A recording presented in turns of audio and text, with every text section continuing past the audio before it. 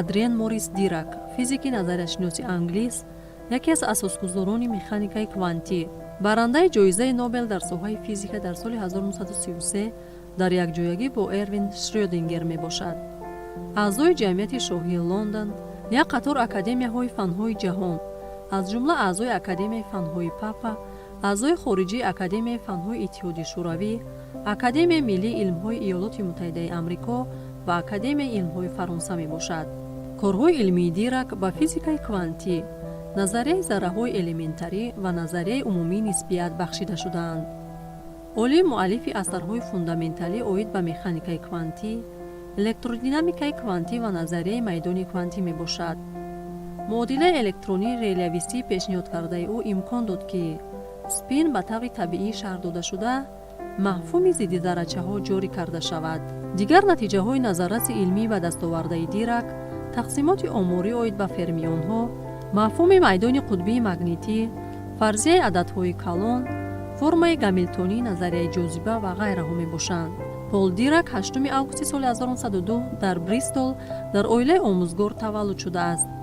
падари ӯ Чарлз Адриан Ладислав Дирак дар донишгоҳи Женева дар бахши адабиёт дараҷаи бакалаврӣ гирифт ва дери нагузашта ба Англия кӯчид. ӯ аз соли 1896 дар мактаби тиҷоратӣ ва коллеҷи техникии Бристол, ки дар ибтидои асри 20 ба ҳайати донишгоҳи Бристол дохил шуда буд, аз забони фаронсавӣ таълим медод. модари Пол Дирак, Флоренс Ҳанна Ҳолтен, дар китобхона кор мекард. падару фарзандон ҳамчун шаҳрванди Швейтсария сабти ном шуда буданд ва танҳо дар соли 1919 шаҳрвандии Бритониёро гирифтанд. Пол Дирак дар синни 12-солагӣ толибилми мактаби миёнаи коллеҷи техникӣ шуд, ки барномаи таълимии он тамоюли амалӣ ва табиатшиносиро дошт, ки ба майлҳои Дирак комилан мувофиқ буданд. илова бар ин, таҳсили ӯ ба солҳои ҷанги Якуми ҷаҳонӣ рост омад, ки имкон дод зудтар ба синфҳои болоӣ гузаронида шавад, ки аз он ҷо донишҷӯёни зиёде ба кори ҳарбӣ мерафтанд. дар соли 1918 Пол Дирак ба факултаи муҳандисии донишгоҳи Бристол дохил шуд. бо вуҷуди он ки фанни дӯстдоштааш риёзӣ буд, олим борҳо изҳор намудааст, ки аз таҳсил дар риштаи муҳандисӣ маълумоти зиёде гирифтааст. шинос шудан бо назарияи нисбият, ки дар он солҳо дар миёни ҷомеаи илмӣ таваҷҷӯҳи бузург пайдо карда буд, ба Дирак таъсири калон расонд. вай дар баромадҳои илмии профессори фалсафа Броуд иштирок карда, аз онҳо маълумоти аввалияро дар ин соҳа ба даст овард. иттилои гирифтааш олими ояндаро водор сохт, ки ба ақидаҳои геометрӣ дар бораи ҷаҳон диққати ҷиддӣ диҳад. дар рӯзҳои таътили тобистона Дирак дар яке аз заводҳои машинасозӣ дар шаҳри Регби таҷрибаомӯзӣ гузашт, вале ҳамчун муҳандис кори ӯ на он қадар хуб буд. аз ин рӯ дар соли 1921 баъди гирифтани унвони бакалаври муҳандисӣ техникӣ, ӯ кор пайдо карда натавонист. олим инчунин натавонист таҳсилашро дар донишгоҳи Кембриҷ идома диҳад, зеро стипендияи таҳсилот хеле ночиз буд ва мақомоти Бристол аз расонидани кӯмаки молиявӣ худдорӣ карданд, зеро Дирак танҳо ба наздикии шаҳрвандии Англияро қабул намуда буд. олим 2 соли ояндаро ба омӯзиши фанни риёзӣ дар донишгоҳи Бристол бахшид. аъзоёни кафедраи математика ба ӯ пешниҳод карданд, ки ба таври ғайрирасмӣ дар дарсҳо иштирок кунад. дар айни замон ба ӯ махсусан профессор Питер Фрезер таъсир расонд, ки ба воситаи ӯ Дирак аҳамияти дақиқияти риёзиро қадр карда, усулҳои геометрияи проективиро меомӯхт, ки дар таҳқиқоти минбаъдааш воситаи тавоно гардиданд. дар соли 1923 Пол Дирак имтиҳони хатмро бо баҳои аъло супорид. пас аз супурдани имтиҳонҳои бахши риёзӣ, Дирак стипендияи донишгоҳи Бристол ва гранти шуъбаи маорифи Бристолро ба даст овард. ҳамин тариқ ӯ имкон пайдо кард, ки ба аспирантураи донишгоҳи Кембриҷ дохил шавад. дери нагузашта олимро ба коллеҷи Сент Ҷон интихоб карданд. дар Кембриҷ Пол Дирак дар маърузаҳо оид ба як қатор фанҳое, ки дар Бристол нахондааст, ба монанди механикаи статистикӣ Гибс ва электродинамикаи классикӣ иштирок мекард ва инчунин ба хондани динамикаи таҳлилии Уитикер усули Гамилтонро дар механика меомӯхт.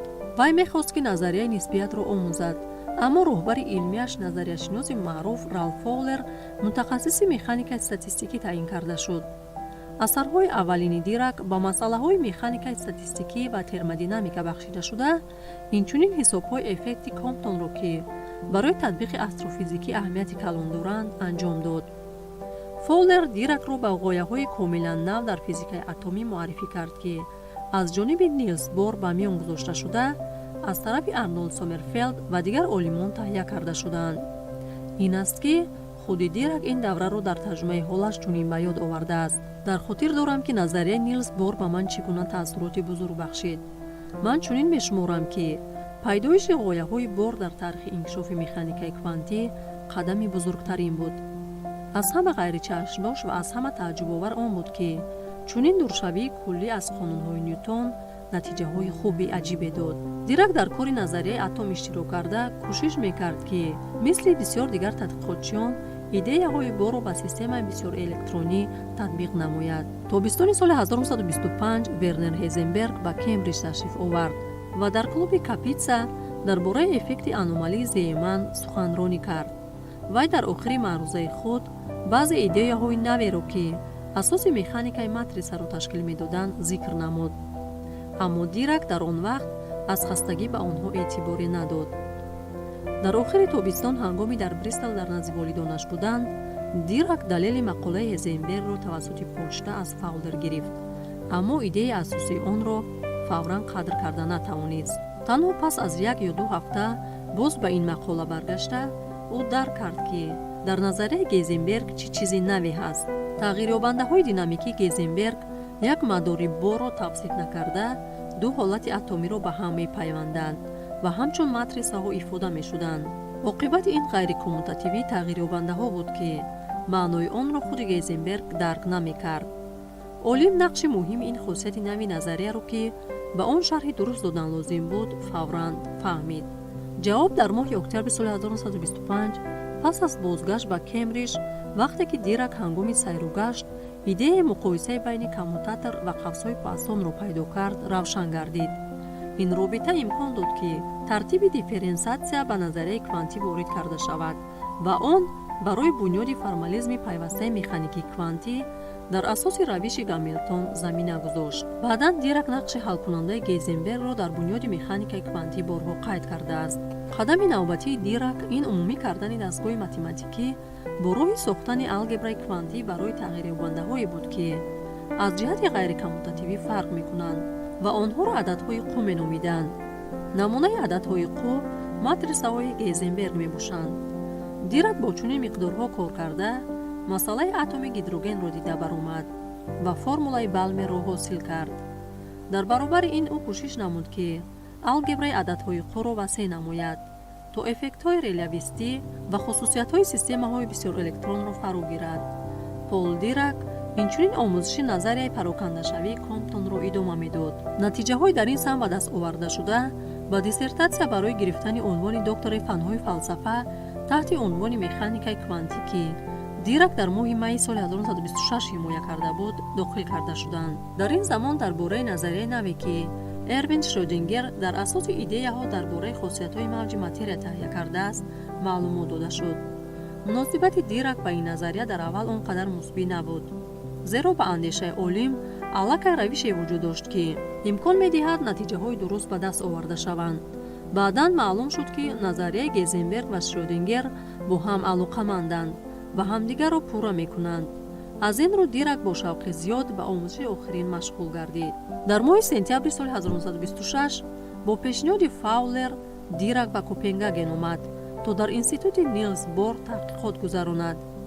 дар ин ҷо ӯ бо олимон Пол Эренфест ва худи Нилс Бор дӯсти наздик гардиданд. ҳангоми дар Копенгаген буданаш Дирак корашро идома дода, кӯшиш мекард алгебраи ададии қуи худро шарҳ диҳад.